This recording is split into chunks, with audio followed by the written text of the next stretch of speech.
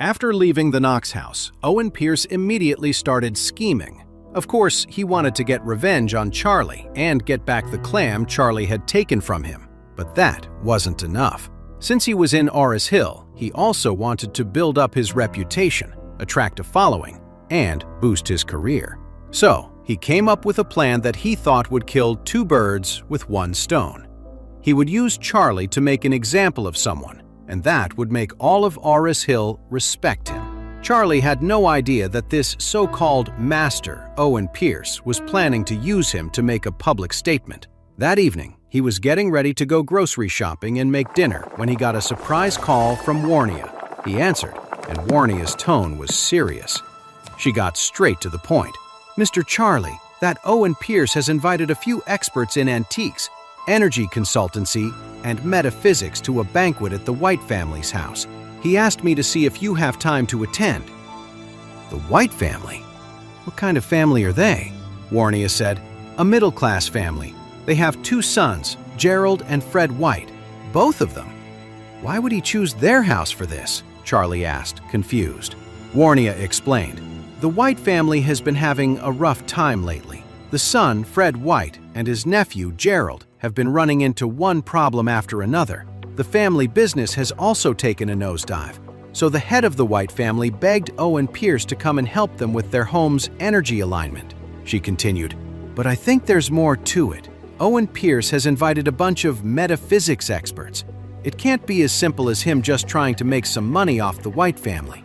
He must have something else in mind." Charlie smiled and said casually, "I snatched that clam from him at the auction and left him speechless. I'm sure he wants to get back at me. I bet he's setting a trap for me this time, right?" With a slight smile, Charlie added, "But I'll go. I want to see what tricks he has up his sleeve, face to face." Seeing that he'd agreed, Warnia said, "Great, it's at the White family's house. Let's go together tomorrow morning. I'll drive over and pick you up." "Sounds good." Early the next morning, Warnia drove to pick up Charlie, and they headed to the White family's estate. The White family's villa was located on a mountainside in the suburbs, with beautiful scenery. The homes in this area were all built in a classic antique style. The White family had spent hundreds of millions of dollars on the decor. They usually used the place to host important guests or entertain friends. Outside the pavilion by the lake, there were dozens of oak armchairs. About a dozen invited guests were already seated, talking amongst themselves, with laughter breaking out every now and then. Sitting at the head of the table was a heavy-set middle-aged man. He was Fred White's father, Salmon White, and sitting beside him was Owen Pierce. Besides those two, Charlie also spotted a couple of familiar faces, Lucas Finley and Wyatt Gilmore, who were with him. When Lucas Finley saw Charlie walk in, he gave him a nod. Salmon White shot him a sideways glance and snorted. He obviously knew that Fred and Gerald had lost out to Charlie, so he wasn't exactly happy to see him. Terry Castillo quickly stood up to greet them and said, "Mr. Charlie, Miss Smith, you made it!"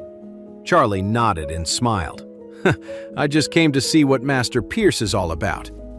A middle-aged man in a formal robe asked in surprise, "Is that the guy who bought the final item at the auction for $1 million? Terry smiled and introduced him. "That's Mr. Wade." "What? Master Wade?" Salmon White glanced at Charlie with disdain and then smirked. "The title of master doesn't mean much these days. Any nobody can call themselves a master. The truly capable ones, like Owen Pierce, are usually much more low-key." As soon as he finished, an awkward silence fell over the group.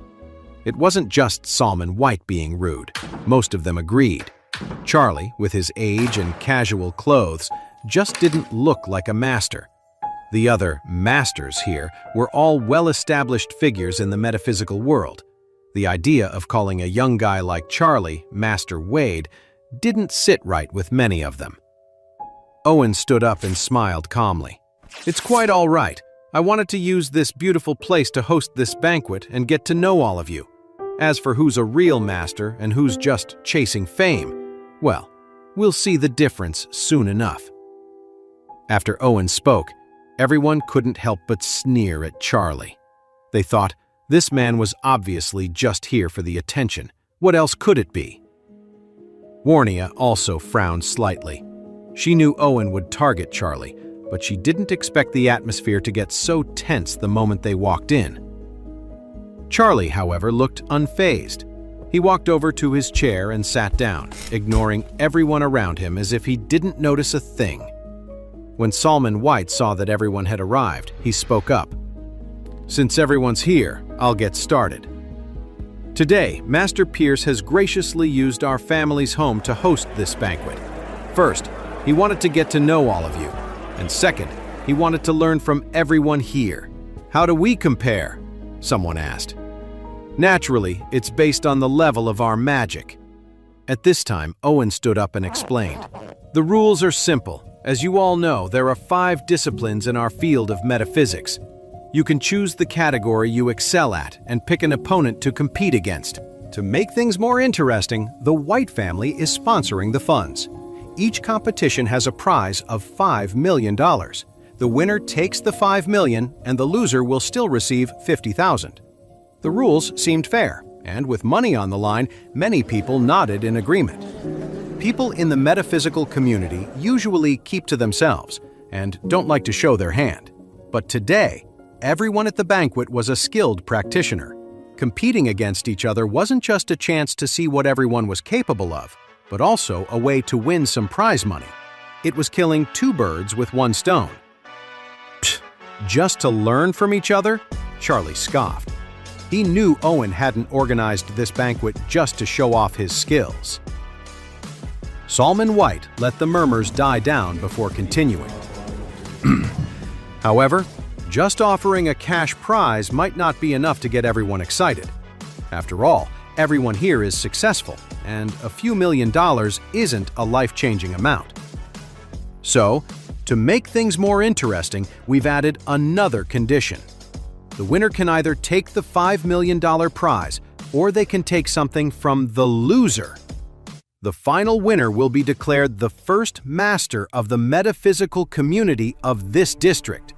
From now on, every practitioner in the district will have to show them respect.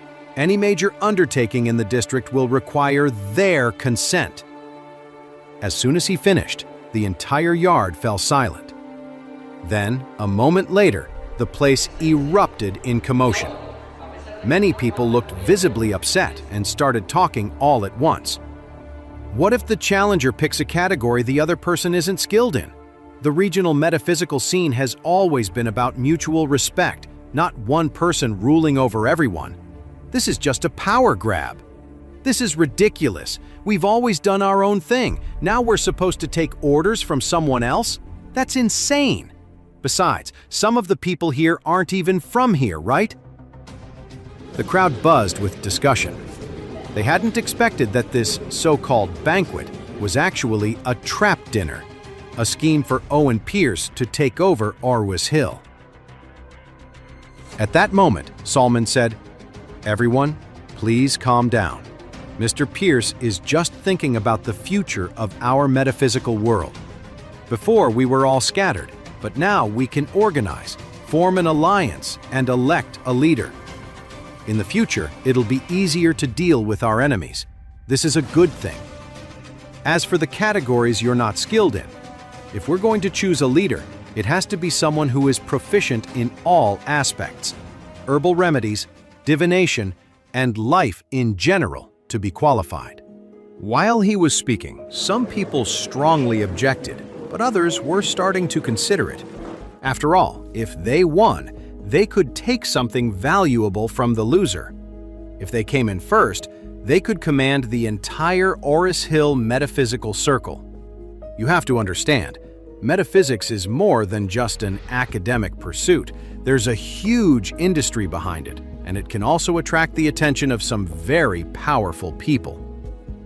The temptation of money and power is something few can refuse, and some people were already swayed. "Of course," Owen stood up and said, "I'm not forcing anyone. If you're afraid, you can back out now. But if you do, you won't get another chance to join, and you'll be completely shut out." Everyone hesitated for a moment. The risks were high, but the opportunities were huge. They were all thinking it over.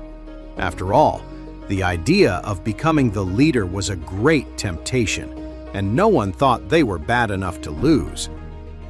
Charlie sat in his chair and said nothing. Owen's ambition was clear. This was his way of getting a foothold on the mainland. However, Charlie had no interest in this metaphysical society and planned to just sit back and watch the show. Soon, a middle-aged man with a short beard stood up.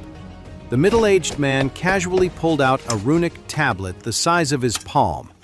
He waved it in the air, and the tablet gleamed brightly. "I am Callum Jones from Skyview City," he announced. "I'd like to challenge Owen Pierce's skills in a casual conversation." The Jones family was a well-known family in the world of metaphysics, specializing in tarot reading, a tradition inherited from their ancestor during the Thompson era. Callum Jones was the 46th generation descendant of the Jones family, which was famous for its accurate readings. He was a big deal in Skyview City, and he was naturally proud. The first challenge was for Owen Pierce. "All right!" The crowd burst into applause. Callum Jones lifted his chin arrogantly. "This runic tablet was passed down from the Northgate estates and has helped many masters of tarot reading. As for who should be number one in the district, I think the Jones family deserves to be at the top." Owen also stepped into the center of the yard, nodding slightly at Callum with a smile. "That runic tablet is indeed a fine piece, but it won't be yours for much longer." He reached into his pocket and pulled out a small pouch. After untying the drawstring, he took out a 1-inch-long piece of rune paper. This paper also had a faint glow, with intricate crimson glyphs drawn on it. A guardian's charm! When the crowd saw this golden charm, they gasped in unison. Warnia leaned over and explained to Charlie, "The guardian's charm is made by 18 priests who chant scriptures over it for 7 to 49 days. It's blessed and purified, and it's a powerful protective charm against evil." Charlie just smiled slightly. "It's okay, nothing special." Hearing his comment, everyone turned to shoot him disgusted looks. Owen snorted coldly. "He has no real skill, but he sure knows how to talk big." Everyone knew that the protective charm was a rare treasure. It's not easy to find a group of 18 accomplished priests, and when it's being made, the timing and location have to be perfect. The failure rate for the blessing process is as high as 90%, and the one in Owen's hand was glowing with golden light. It was truly a one-of-a-kind find. "Enough talk. Let's draw a card," Callum huffed. He then made several complex hand signs, chanting an incantation under his breath. After a moment, he declared, "The reading starts now. In 15 minutes, wind and thunder will come from the west." Owen smiled faintly, and without even moving, he said, "The wind is wrapped with thunder. To be precise, this isn't natural wind, but the shockwave from an explosion, and it's man-made. It's going to lead to some jail time." Callum frowns and shook his head. "Impossible. My tarot card doesn't show anyone involved." Wait, that's not the end. You've just had a free taste.